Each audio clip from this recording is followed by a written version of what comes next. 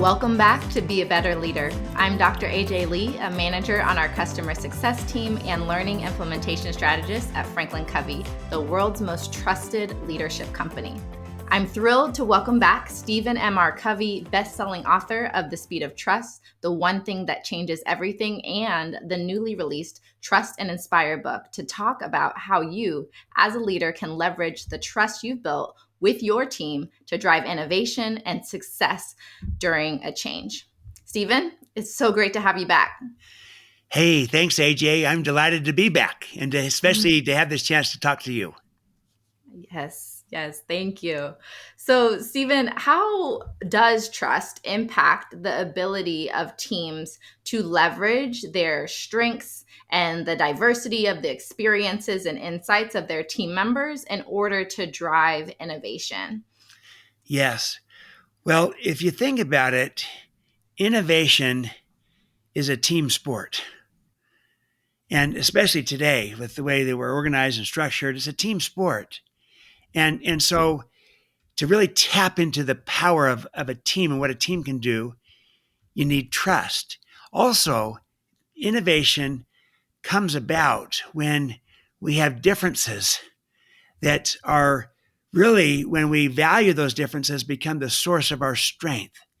And so I like to put it this way, that differences are our strengths when people trust each other, because it enables us to value the difference and to tap into the different perspective, experience, all the different mindsets and representation, just different ways that we see the world differently in a way that can become creative, collaborative, innovative, and create something more than we could on our own. But without trust, it's harder to do that, to really value those differences and to see them as strengths. With trust, it's the natural byproduct.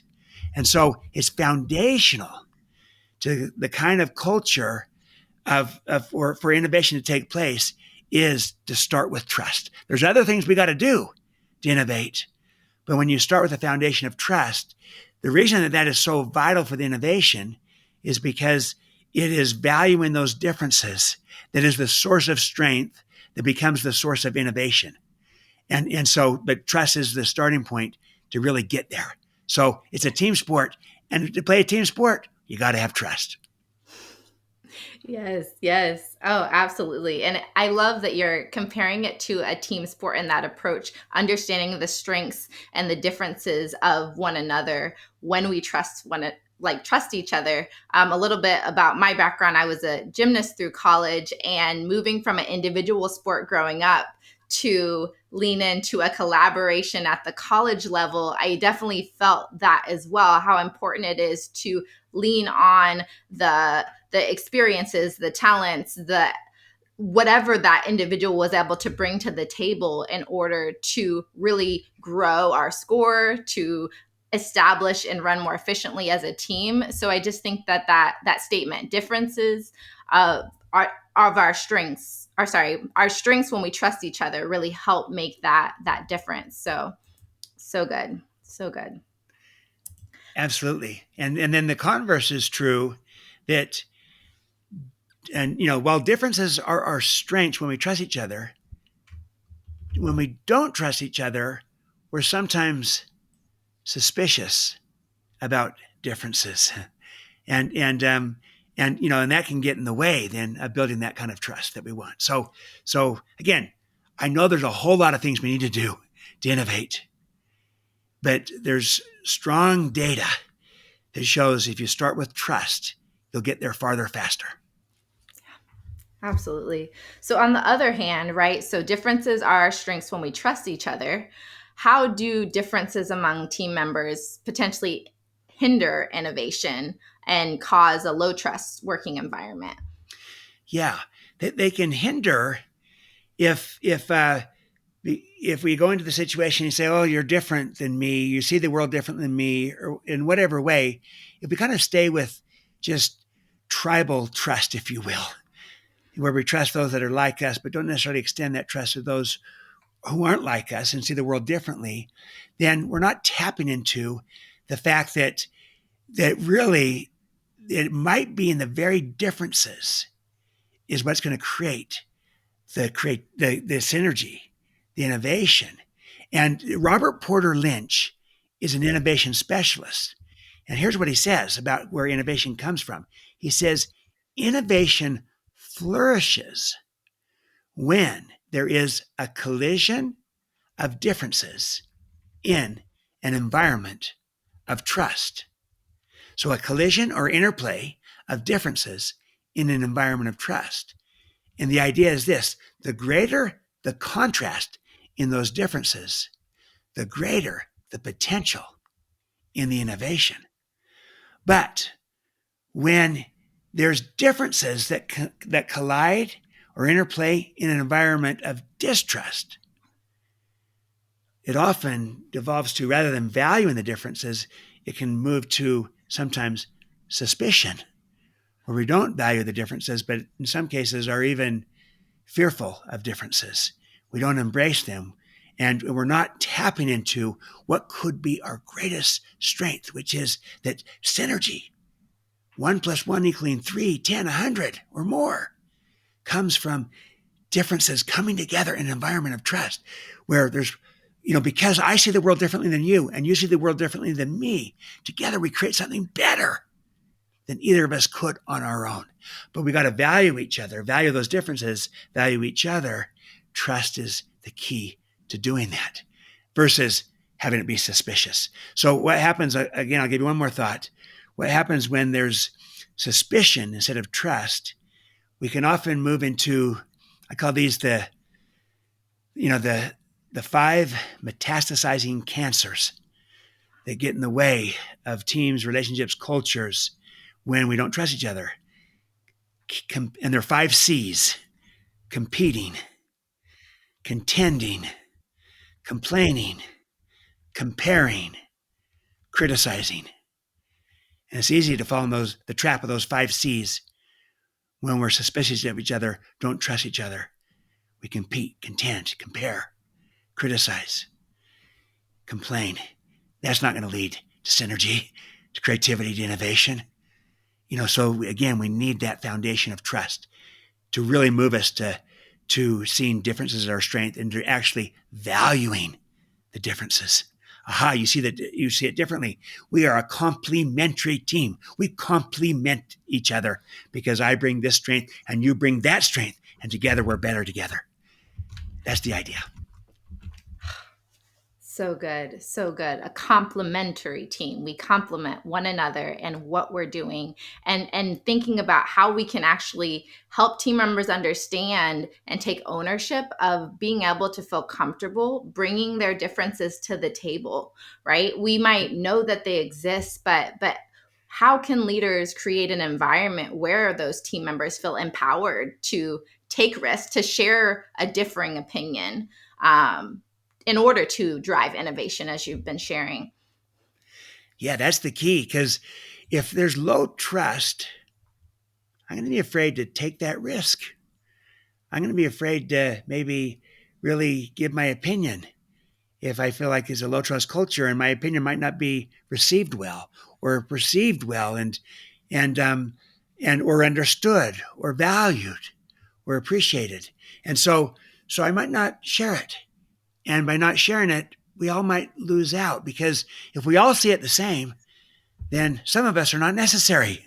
So the very fact that we do see it differently and come at it with different experiences and different perspectives and different representation is a strength.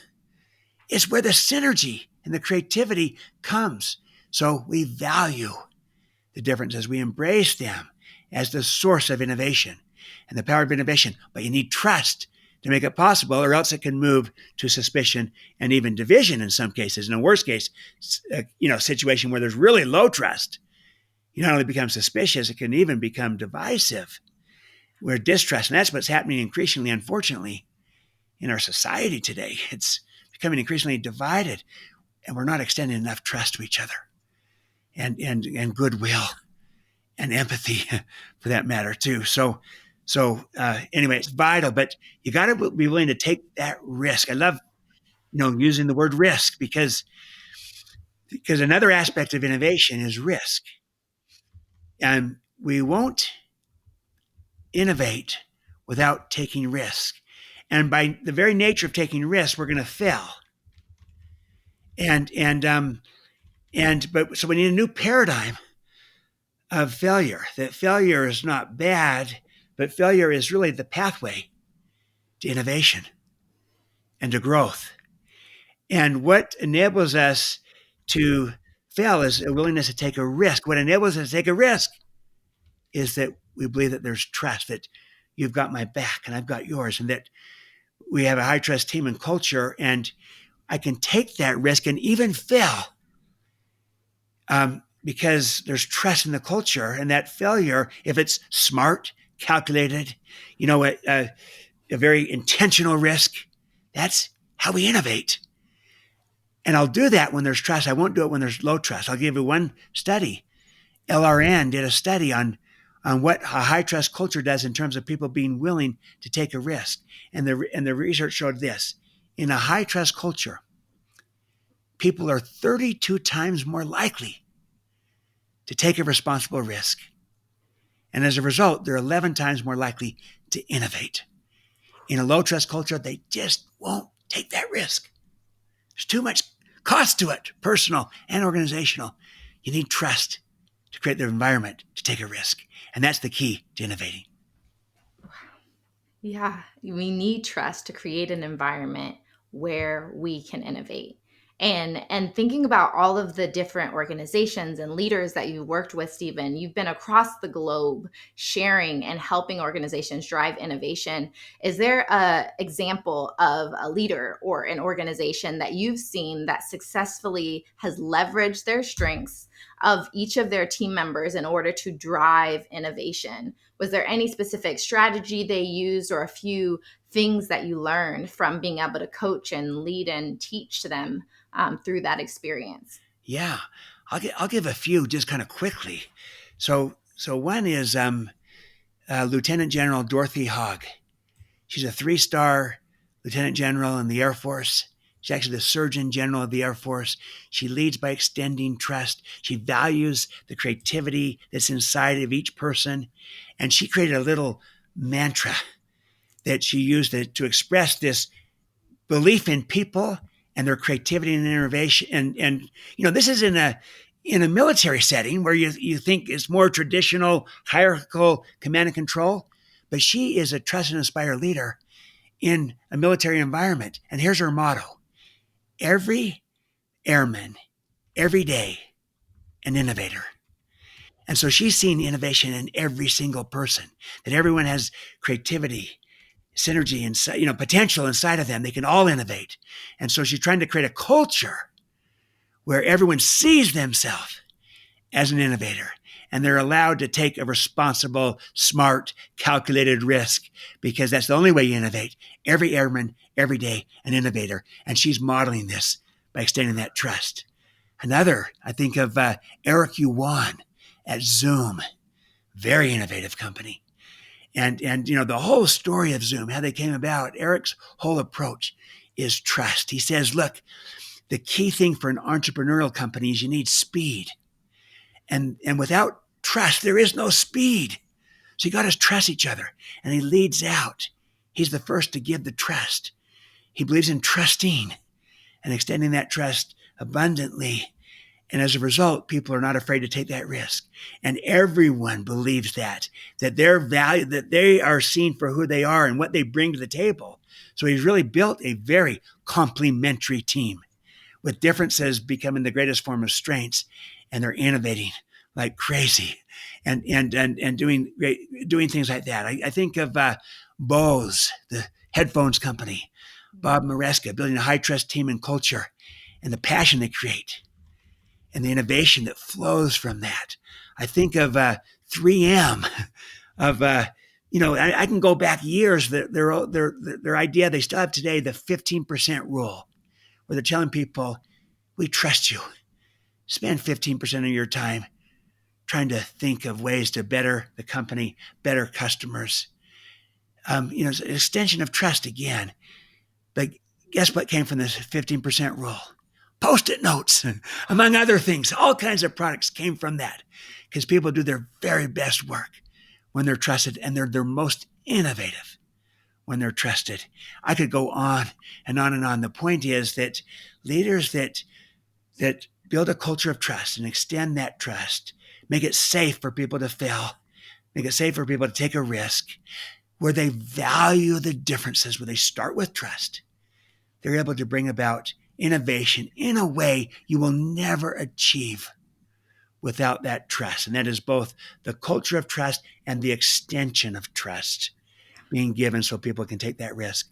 And so it's a game changer.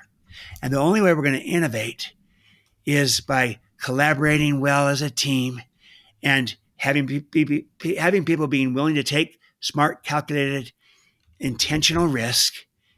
And the key to doing that is to trust. And also, it's what enables our differences to become our greatest form of strengths, because that's where innovation flourishes, a collision or interplay of differences in an environment of trust. How do we create that trust? We model it. We go first. Leaders go first in both being trustworthy and trusting. So that's how I view all of this coming together. Yeah. And I think that really trust is the foundation for great innovation for all those reasons. Thank you so much, Stephen. And I think at the heart of everything you shared, right, just to repeat for those taking notes, differences can become our greatest form of strength, which drive innovation, right? If you take nothing else from this conversation, being able to empathize and understand the nature and the dynamics of the team in order to establish a foundation of trust will in turn, right? We heard all those amazing examples, drive innovation in your business. Stephen, thank you so much for the insights you shared during this conversation. Absolutely, AJ. It's an exciting topic. We're all after innovation, and there's a lot of ways to approach it. And I'm just saying, add trust to the mix. It will change everything. Yes, exactly. Add trust to the mix. It definitely will make a huge difference. And for those of you who would like to learn more on this topic, you can actually download our free guide, 7 Ways to Build Trust Between You and Your Team, a toolkit for leaders at all levels. And you'll also find a link to it in the show notes, or you can visit franklincovey.com for more information and resources. We look forward to staying connected. Thank you for joining us on this season of Be a Better Leader podcast as we dove into leadership strategies to thrive through change. Till next time.